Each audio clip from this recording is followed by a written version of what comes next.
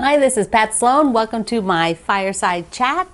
I have got some talk today about scraps. I was going to do this the last time. A few people have asked me about what I do with my 2.5-inch squares, since I cut a lot of those up for my scrap bins. So I thought I'd just show you some of the scrap bins and show you one of the projects. That will be one of the things, and do a little status on stuff. Plus I have the Sew Sampler box that I'm going to open. I haven't opened it yet, and it should be totally fine. Everybody should have gotten theirs by now. So no spoilers. Don't want to do any spoilers. If you are just joining me, this is the first time you are here, thank you. This is a very casual chat. It's just me sort of telling you about what's been going on, what's happening, sort of things on my mind. And if you want to go ahead and hit this subscribe button down below at YouTube. So if you're watching this somewhere else, come to YouTube and hit the subscribe and then hit the little bell. Plus, I was just looking on my phone, which, by the way, I have a new glittery case. Isn't that cute? Look, it's plastic, but it glitters. They had some like with little, like they moved, but all the pictures look like they all end up at the bottom. And I'm like, I don't want them all at the bottom. So I found this pink glittery one. But I was looking on the phone and I found that on YouTube, if you're on the app on your phone, in order to see the text part, like the link that's under there, I'm always telling you the link is right underneath the video. You have to click the title of the video, and there's a little gray arrow on the right hand side, and that'll pop open, and then you'll be able to see all the text. So that's how you do it on an Android.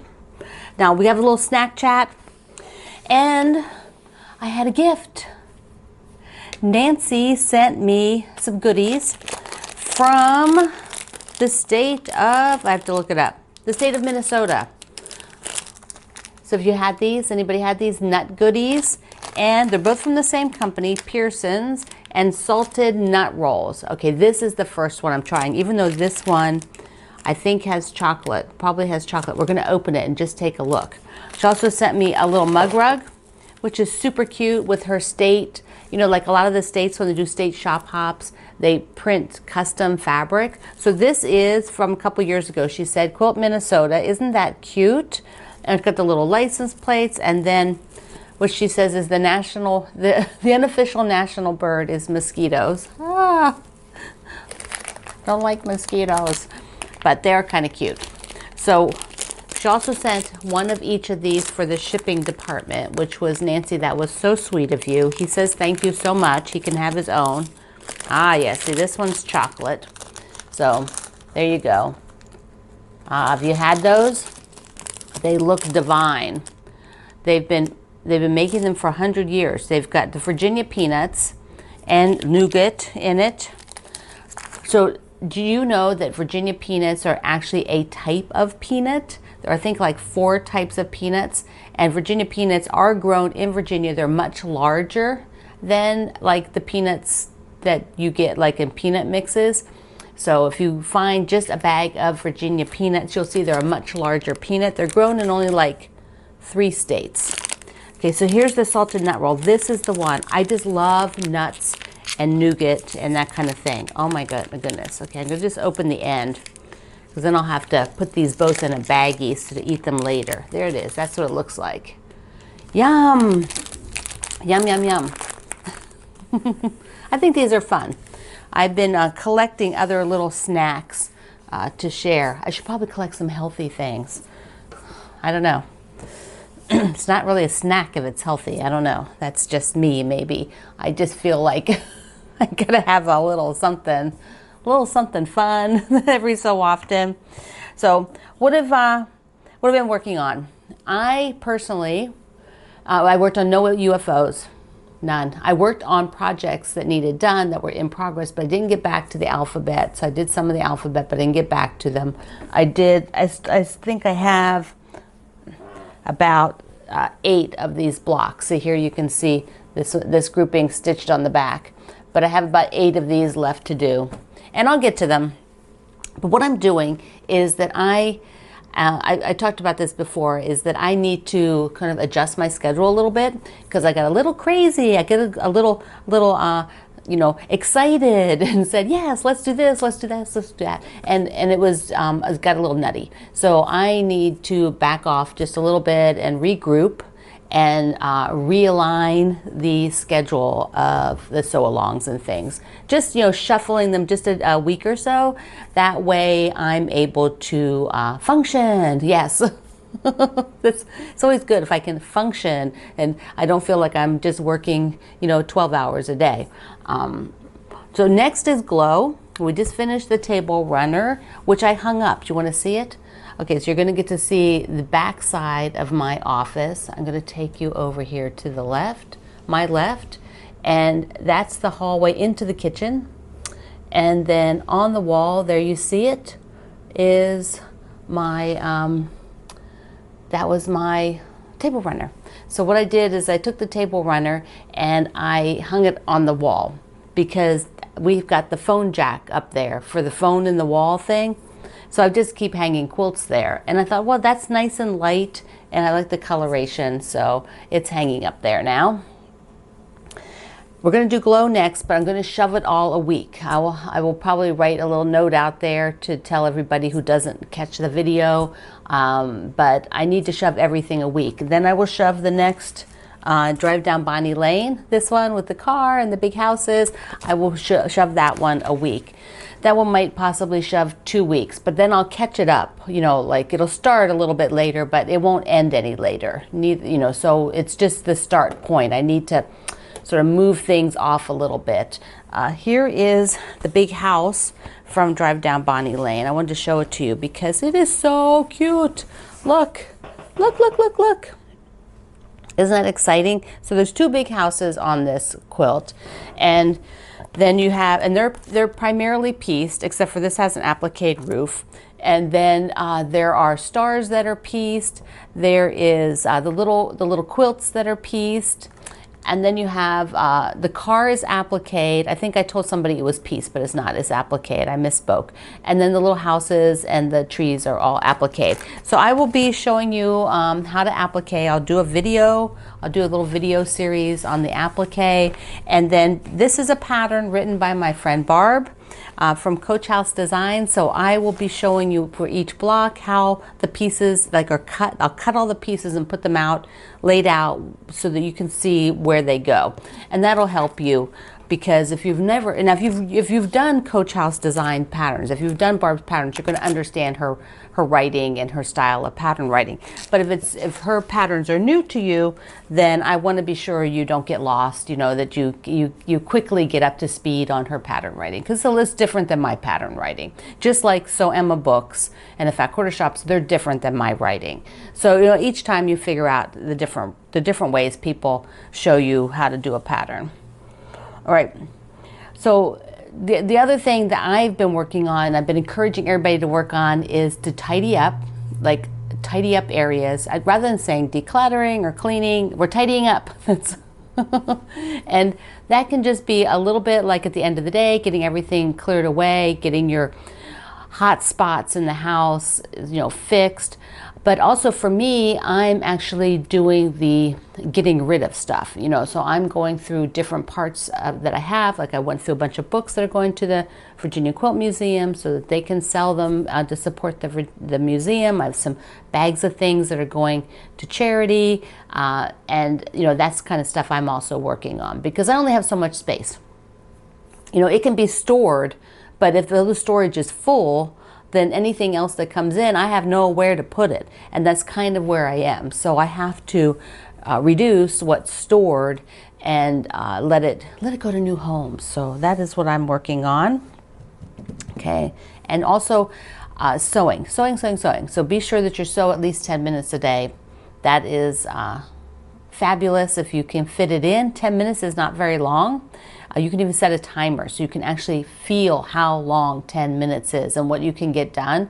If you start doing that, it's a very interesting experiment to run that timer. Like if you have an Alexa, you can just have it set a timer for 10 minutes. If you've got a watch with a timer, a lot of people's Fitbits have a timer. Just set those 10 minutes and then just don't think about it. Just go and do some stuff. Don't piddle around thinking about the time, and then to see how much you get done.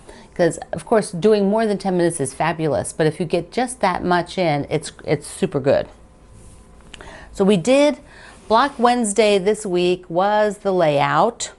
Block number 4 will be this coming Wednesday, but the layout is what we did. And here's part of the sashing units. So, a few people got a little confused because they're new to doing things with me and don't realize I always give you the layouts early. That way, when you get further in, the layout's done. You've been working on it the whole time. When you get to the last block, or you're just like finishing up, you don't have to then go, oh my gosh, I've got this whole layout to do. I find that discouraging. I like to work on the layout as I go. So, and like something like Drive Down Bonnie Lane, we'll be sewing these rows as we go. So as you make blocks each week, you'll be sewing them together, and it is, then your rows will be just coming together right at the end. So super good. All right. I want to show you what's in the Sew Sampler box because I didn't open it yet. So if you are living somewhere where somehow your Sew Sampler did not come yet, because they were shipped quite a while ago, so you probably should have it. So if you don't, close your ears, close your eyes. I'm sure that everybody has them. So what is the Sew Sampler? This is a subscription box from the Fat Quarter Shop, and they have X number, whatever the number is, but so you have to get on the list so that when somebody drops out, you'll be notified that there's an opening and you can sign up. So subscription means that it's mailed to you, as you don't, your credit card's charged when they send it. It is also it's a mystery. There we go. There's the word. It's a mystery. And it's well worth the value. They give you extra coupons.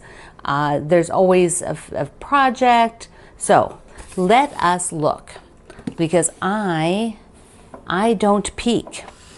I really don't, because I just have a lot of stuff going on. So I'm just thinking, well, I just this is when my surprise happens. I don't need to see it when everybody else does. They always do. And the reason why, okay, let me come back up here.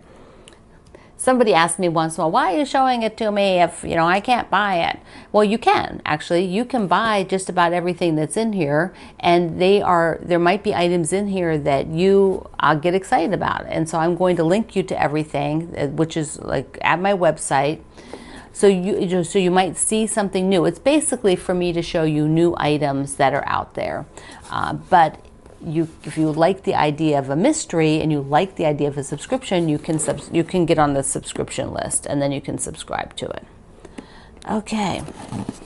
When you open it up, they always do a little theme. So this is Sofari. Oh, that's funny. I like that. A little play on words. There's always a little play on words. They do really pretty graphics.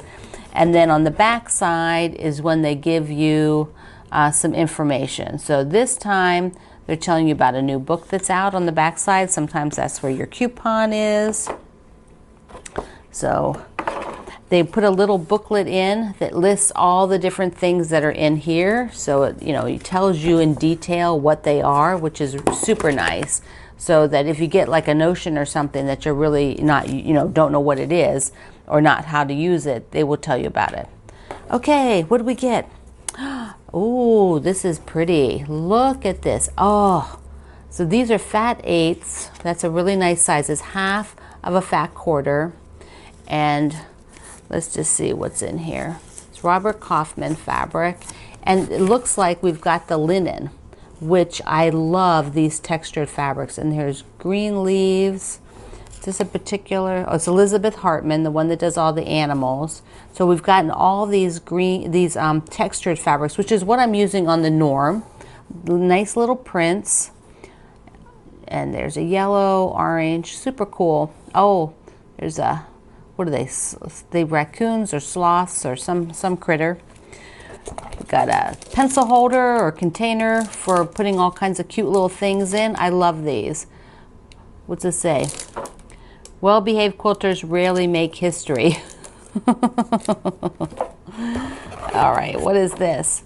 Sewing edge and reusable vinyl stops for your machine. Save time, sew straight seams. Okay. Oh, okay. Let me just show you the back. So, whoops, let me see. See the picture? This is for marking your 1/4 inch on your sewing machine. So a lot of people like to put a little long edge like that, like a strip down, so that they can see, or they can sew next to it. And I'll link to all of this. We've got, oh, a little, this is a calendar? Yeah, a little calendar from Kona Solids. It's a Kona fabric. And then here's their offers. So you can't see them, but they always give you a bunch of discounts. A pattern from Elizabeth Hartman to use the fabric. Usually you get a pattern that uses this bundle plus a basic. So you just have to add the basic. You might own something at home that works. And then they usually do a sew along. So this month, this is the pattern for their sew along for Goodness Grows. Alrighty, I'll link you up to all of that. I want to try this edge stuff. I'm going to put it on the Jubilant. So that'll be cool. And I'll let you know how that works. Yay! Oops, let me get this back in here. And then I like to keep neat even when I'm talking to you guys, don't I? It's like, let me just organize that. So I had a few questions. I had a few questions from people, and then I will talk about scraps after that. So I thought I'd answer the questions. Yeah, let's do that next. So I had, see, Julie Katz, Julie Katz wrote me, I don't have all the last names. So Julie wrote, how did I come into quilt making? Did I come from sewing garments? Well, the deal is I started out sewing clothing. So that is how I personally learned to sew, was clothing. And I learned to sew in home ec class because my mom didn't sew. Actually, my mom knew how to sew. She did not like to sew. She does not like to sew, but she knows how. So so I learned how to sew in home ec class. So I sewed clothing because that was pretty much what you learned to make in home ec class. And then I went on and I sewed clothing in college, and I sewed clothing in my early years. I sewed clothing for many, many years. And then I finally had a friend that told me I should learn to quilt. So that is how I came into quilting. So I did not transition there from clothing. It was basically a friend told me I should learn to quilt, but I already knew how to make garments. So I knew that process. Anybody else that way? Who else? You have to leave me a comment if you were a garment maker, or if you still make clothing. So Charlene says, what is the hardest pattern I've worked on, and is it still a UFO? Charlene, is it a UFO? Really? Did you have to add that part? So actually, no, it's not a UFO. I would say that the hardest pattern, and I don't actually consider most patterns hard. I consider them maybe more labor intensive or more tedious, but I don't think anything's hard. I've done double wedding rings. Nowadays, that is not what I choose to do, but I would believe that the thing that took me sort of more, I really wanted to make it, was the New York Beauty. It took a lot of time. It wasn't the type, it's all paper, mostly paper piecing. It wasn't the type of thing that I did. Each block took forever to make. And so I would say that right now, that is the one that I would consider hard. But it was just time consuming. That was just more or less it. So Paula asked, what weight thread do I use for sewing on the machine? So I use, let me get a spool over here. Here we go, here's one. So I use Aurifil 50 weight. It comes in the orange spools, and here's the large, this is like the regular size cone, and these are the smaller ones. I have a lot of smaller ones because of doing applique, but the bigger ones, a little more cost effective. They have 1,300 meters on them. So there's actually more thread on these Aurifil spools than on most of the other companies, if not all the other companies that are out there. So it's a lot of thread on these spools, and it's very nice low lint cotton. And this is, I worked with the Aurifil company, So they are not only my friends, but they're fabulous business people and fabulous quilting supporters. They support the quilt industry in so many ways. A very, very good company, family owned, and they're Italian, in case you didn't know that part. So this is another question I thought was pretty interesting. So because I'm an appliquer, and if you don't applique, you might not really know all the differences between the different types of applique there is. So Carol asked me, is there a reason somebody would do fusible applique versus applique where you turn under the edges? And so there are reasons. They're two entirely different types of applique. It would be like saying, do you like to piece straight lines or do you like to piece curves? I mean, they're both piecing, but they're different. So fusible applique is what I primarily do now, and you fuse it down and the edges are raw. So you use a product to put it down onto your fabric. The edges are raw, and then you cover the edges on where you can see it, and they will then hold the piece down. So the threading, the sewing of the thread always is what holds it down, no matter what method you're doing. You have to sew it. But with the fusible applique, I use a blanket stitch. A lot of people have started using a straight stitch. I only do that for really tiny pieces. And then you could use some decorative stitches, but you have to be really careful it gets the whole piece, like it holds it all down. So probably blanket stitch and straight stitch are the two fusible applique stitches that most people do. And they're what's in my book and what I talk about in my book about fusible applique. Then there is what I call like the lump grouping of hand applique, which isn't really totally true anymore, because it really should be called, I used to call it just like hand applique versus fusible, but I think saying fusible versus turned under applique, because if you turned under, you can do it by machine afterwards, or you can do it by hand.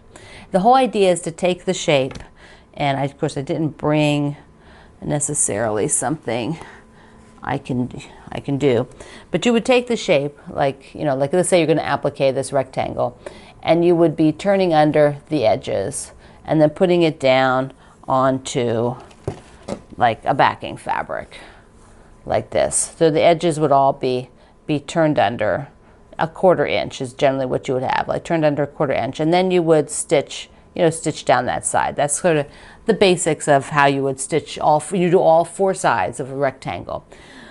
But getting those edges turned under can be done in probably, I don't know, 6 different ways, 6 different ways, because you could do it by hand. You could just turn it as you go, which is generally called needle turn.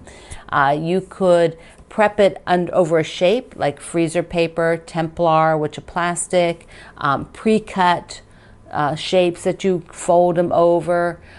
Then you could use different methods to get that crease, like you could starch it, some other things like that. But the reason why people like turned under edges is because you can hand applique or machine, or do invisible machine applique where you do not see the threading at all on it. So like on these, like the little appliques here, let me get one. Like you can see, let me you can see the thread. Whereas if that was turned under, you would not see the thread at all. And it would actually appear a little bit lifted. It gives a little bit different appearance. A lot of people don't want to have a possibility of it fraying. So if it's fused, that's a raw edge, and if it's washed a lot, there could be a little bit of fraying between the stitches as the fusible product sort of washes away over years of washing something. It's not going to be there through maybe 50 washings. It'll eventually, that adhesive will sort of loosen up. And so you could get a little bit of fraying. And a lot of people just like the look of it turned under, or even more so, they like the process. They like the whole process of turning it under. That's very relaxing. It'd be like somebody sitting down to knit or sitting down to read. I mean, it's something that they do, that whole process of making. Be like if you're a piecer and you just love pushing fabric through the machine, that is a process that you enjoy. The process of hand appliquing is something a lot of people really enjoy, or just prepping the shapes and then maybe going to do it on the machine. The machine you use, there's some stitches that make little tiny V's where you're sort of hooking it and running really close. It's a certain way that shows very little thread and gives, it's called like mock hand applique. So it gives the look of hand applique. So those are kind of the reasons. That's a good question, because if you're not familiar with what the actual end product looks like, I mean, someday that would be kind of neat to do, to show the differences, because the end product looks different when it's done in the different methods. Not a lot, but a little, it does have a difference. Okay, I'll do one more question. This is these are good questions. I asked that out on my Facebook group, is where I asked for these, and I was collecting up the questions over a few days. I'll do these periodically, and if you ask questions, ask me things that I can answer here, like without setting a demo up, because really that's kind of what I'm looking for. So Laura asked, when I'm working on a sample quilt like the Main Street or the Winter Fun, you know, that we're doing, she says, how do I organize and cut the fabric to make sure that I have enough pieces for the end of the quilt, because it's a mystery? Well, I designed it, so I know how much fabric is needed, and that's why I give you a supply list. So if you have the supplies list and you get the amount of fabric, at least the amount of fabric that I suggest, you will have enough fabric. You don't have to think about it. Where your problem comes in a little bit with a mystery like this is if you're substituting different types of fabric than what I'm using. So like I started with a fat 1/8 on Winter Fun, but the particular fat 1/8 bundle I used ran out everywhere. And so I said, well, you could still use the layer cake. But the layer cake for that particular fabric line has a lot of duplicates, which makes it the same fabric. I have 2 squares, which is pretty much equal to one of the fat 1/8. But the problem is if you're using a different layer cake that doesn't have repeats, then you have to be a little bit more creative, because you don't actually have the same type of fabric quantity I have. You have more variety than what I'm working with. I have less variety, if that makes sense. So there is where your question, and maybe that's really what you were asking, is like, you know, how do you personally handle the substituting? And you could always just get a little bit more. You could always just make a few blocks and then just see how what you got is going to handle. Always the bigger chunks, I would recommend getting the bigger chunks unless you really love scrappy quilts and you're going to try to make it scrappy. But samplers are individual blocks. You know, when I do a sampler, let me see, do I have, seeing if I have the block. I don't, oh, is this it? There, hold on. Okay, so like on a sampler, they're individual blocks, you know, that are using the same, you know, the same fabric family, so they can go together. Some of you though like to go and use all of your stash, and so you're building your fabric, working fabric palette from stuff you already own. So you just have to make that working color palette look good, because this particular quilt only has 9 blocks, but the setting fabric is really going to dictate your colorway. So you have a little bit more leeway in the blocks. They could be a little bit, just things that work with your border and your sashing. So sometimes it's hard to just say this without getting a lot of examples out. So I'm hoping that helps you a little bit. Hope so. Okay, so I wanted to show you my scrap stuff, because a lot of people have asked me, you know, what do I do with those 2.5-inch scraps? And I've showed you the traffic jam I'm working on, but let me just show you these are another type of container I have. Yeah, these, like, you know, like what the shoe boxes. And what I do is I cut a lot of my fabric up, you know, little bits and ends that are left into 2.5-inch squares. And then I sort them by color, because I am not crazy. I want to be able to find them. So like this one is really greens and all the, I have lots of lights, lots and lots and lots and lots. This bin is getting very full. I mean, these are all lights. So I need to take all of these and work them with something else because I need to use them up. And once those boxes, these, you know, I have a couple more of these, but if, you know, once they're full, I have to sew something. Now I am sewing right now these traffic jam blocks, which is a free pattern on my free pattern page. And this is what one of the blocks looks like. So they're the 2.5 inch squares and then 4.5 inch. You can get the pattern, but it's free. 4.5 inch bigger light blocks. So I'm, you know, cutting up a lot of these sort of extra pieces of light fabric that I don't have very much of it, so that I can use them up. And then I'm sewing those into 4 block units as I go along. So there we go. Ta-da! And the thing is, the one that I did originally was super scrappy. So it was, I'll just hold down here. So the original one was super scrappy, and you know, it's okay, but it's not my favorite to make it that scrappy because it's not real cohesive. It just starts to look I hate to say it, but to me it started to look a little messy, but I made it anyways, used them up. It was a charity quilt I gave away. So I wanted to do one in the blue and whites and make it very crisp, and you know, so I'm using a lot of darker blues. And as I'm working, I have this little basket that sits right over on this other side of my baby lock, and I just put in the navy scraps in there. I've also got some spools of thread in there. But here is, you know, the 2.5 inch squares, and then as I sew them 2 at a time. And then eventually I sew some, you know, some 4 at a time, and that way they can go into a single block. And I just sort of work the units, you know, work these guys until I have enough of them to make one of these. And then I leave them in the bottom of my rolling assistant. So this stack here is right on the bottom shelf because it's starting to get pretty big and I want to be able to get to it. I don't want to have it like hidden away somewhere where I can't find it. Let me just stick that over there for now. So that is how I worked on those things.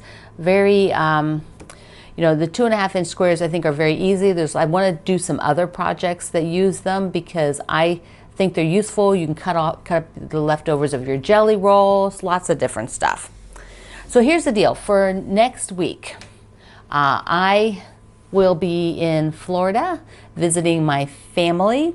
My family is, my brother lives there and my mom is flying in from Montana, and so we're all meeting down there. So next Monday there'll be no Fireside Chat because I will be down in Florida, but I'm going to do a couple of the short pop-in videos that I've been doing now that I have a phone that does much better videos. I've been doing a lot of those and I will do them from the trip, but Monday night we will not have one of these. But I do have the giveaways. I do have the giveaways that I want to tell you who won, so I hopefully you will email me before I leave later this week. So the first one goes to Haley, and I'll read what this is. She gets the fabric bundle. So the question was, what part of your house are you tidying up? What are you focusing on? So Haley says, the one spot I have to stay on top of is my dining room table. Anybody else have that? I'm sad to say I do. That's the dining room table. She shows all the mail, the things from the day, everybody walks in the house, and she says it's the hardest part to get tidy and keep tidy. So that's so I will be emailing Haley. And then I had the book from last week, the scrapbook from my friend Lynn, who does this beautiful book. And so this is going to go to Corrine, and she says the one spot is consistently under attack by things it's my kitchen island. So luckily I don't have a kitchen island. My kitchen's small. So mail, groceries, yeah, same thing. Meal prep, everything going on is on the kitchen island. And so she wrote a bit more about that. Her office and her closet are due for a deep cleaning. But her sewing area gets tidy up every time at the end of the day. So this will go to Corrine, and I will email her. So it was fabulous to have all of you list. You know, it doesn't help. You just write it out. Then you're like, okay, I've said it. I said it out loud on the internet. This is my bad spot, and I'm going to attack it. So I think it's always good. I think it's always good to do that. Ours is like right around the corner here. It's like it's always the junk drawer is right there, and stuff just gets dropped over on that counter space. It's a constant. And there's only 2 of us, so it's like. Oh, well, thank you so much. I'm so happy to see you here. If you are on Facebook, join me at Quilt Along with Pat Sloan. If you are at Instagram, you can join me at Quilter Pat. Otherwise, here at my blog, I'm always writing, and I just love you. You are so amazing to share and be part of my quilting community. So I will catch you online and visit again there.